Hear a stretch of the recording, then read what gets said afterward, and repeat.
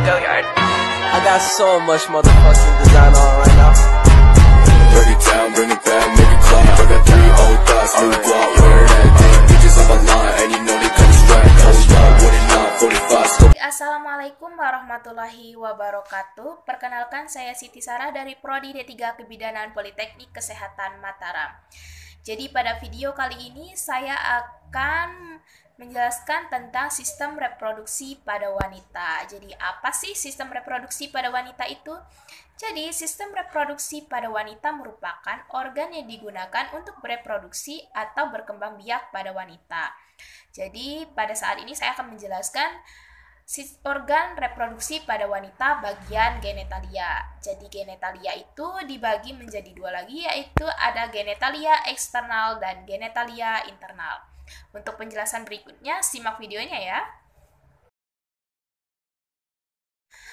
Baik, yang pertama saya akan membahas tentang organ reproduksi pada wanita bagian eksternal. Ya, jadi organ reproduksi pada wanita bagian eksternal itu merupakan organ reproduksi yang letaknya di luar dan dapat dilihat secara langsung ya. Jadi organ reproduksi pada wanita ya, bagian luar gambarnya kurang lebih seperti ini. Tada. Di sini ada beberapa bagian organ reproduksi pada wanita bagian eksternal ya. Jadi di sini pada organ eksternalnya ada yang pertama nih, bantalan yang di atas ini dinamakan mons pubis ya. Jadi mons pubis ini merupakan area yang ditumbuhi bulu pada kelamin wanita. Jadi ketika wanita mengalami masa pubertas, maka area ini akan ditumbuhi bulu-bulu halus. Berikutnya lanjut, di sini ada labia mayora ya. Labia mayora yaitu labia besar di kiri dan kanan. Dan ke dalam lagi di sini ada labia minora. Jadi labia minora ini warnanya lebih terang karena lebih berpigmen ya, dan area yang sangat sensitif ya. Lanjut lagi, setelah itu di atas ya nih. Di atasnya ada klitoris atau glans klitoris ya. Jadi klitoris ini merupakan bagian yang sangat-sangat sensitif ya. Jadi klitoris ini memberikan rangsangan kepada wanita ketika melakukan hubungan seksual.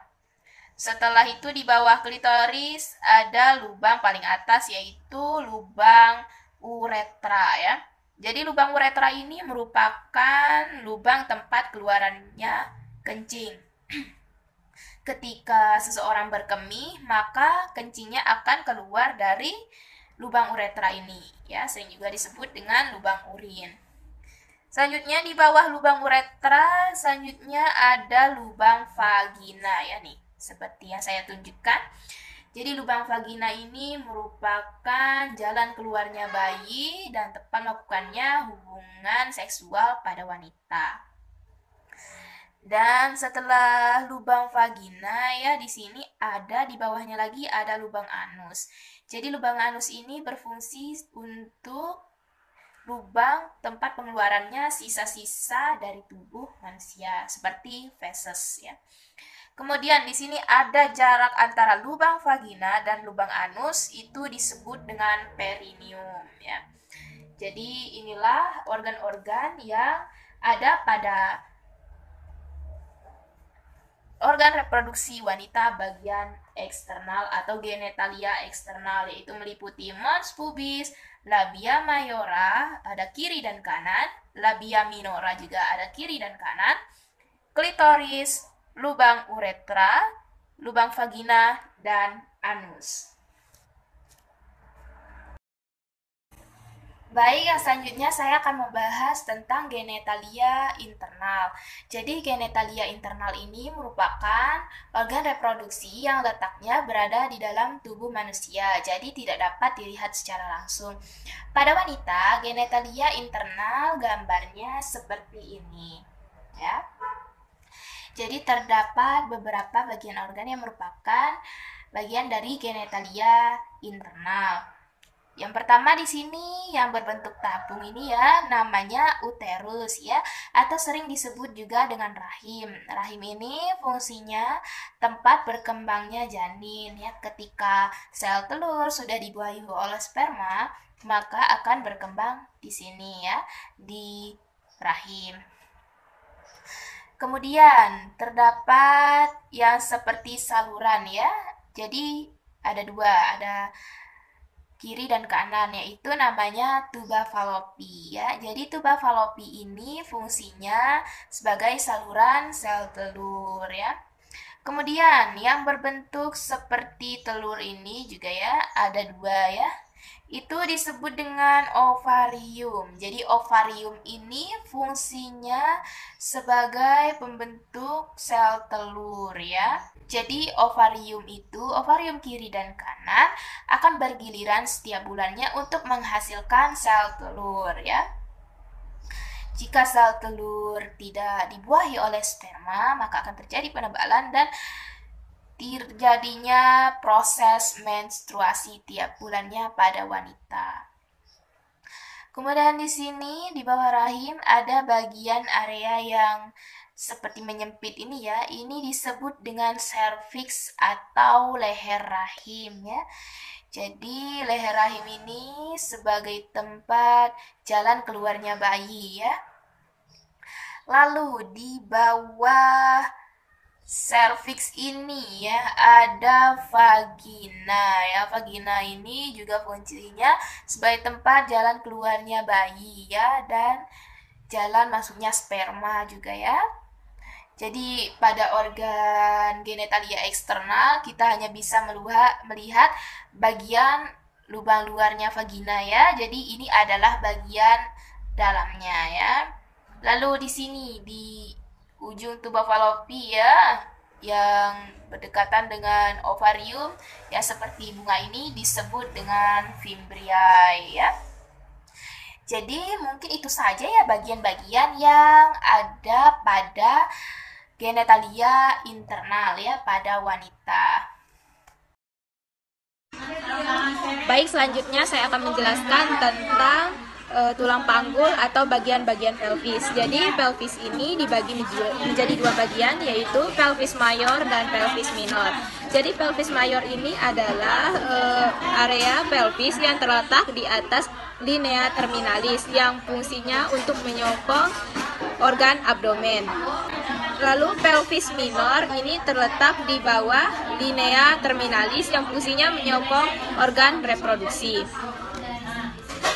Lalu di pelvis ini terdapat beberapa bagian-bagian tulang keras, yaitu ada os coxae, ada os sacrum, dan os coccygeus. Jadi pada os coxae ini dibagi menjadi 4 lagi, yaitu os ilium kiri dan kanan ya. Lalu os pubis dan os ilium. Pada os ilium ini terdapat penebalan ya. Jadi penebalan ini disebut dengan crista iliaca. Lalu terdapat tonjolan ya. Tonjolan yang pertama yaitu disebut dengan spina iliaca anterior superior. Lalu yang di bawahnya disebut dengan spina iliaca anterior inferior. Lalu di belakang os ilium ini lagi ada tonjolan ya. Di atasnya disebut dengan spina iliaca posterior superior, dan di bawahnya disebut dengan spina iliaca posterior inferior.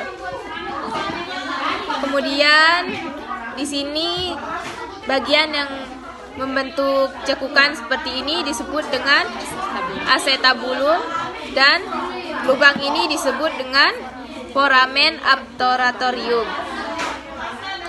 Lalu beralih ke os sacrum. Di sini os sacrum itu merupakan tulang yang berbentuk segitiga ya. Yang menonjol ini disebut dengan promontorium. Jadi os sacrum ini tersusun oleh 5 vertebra. Kemudian di sini ada os coccygeus ya. Jadi os coccygeus ini tersusun atas 3 sampai 5 tulang. Jadi di pelvis ini ada persendian, yaitu articulatio sacroiliaca yang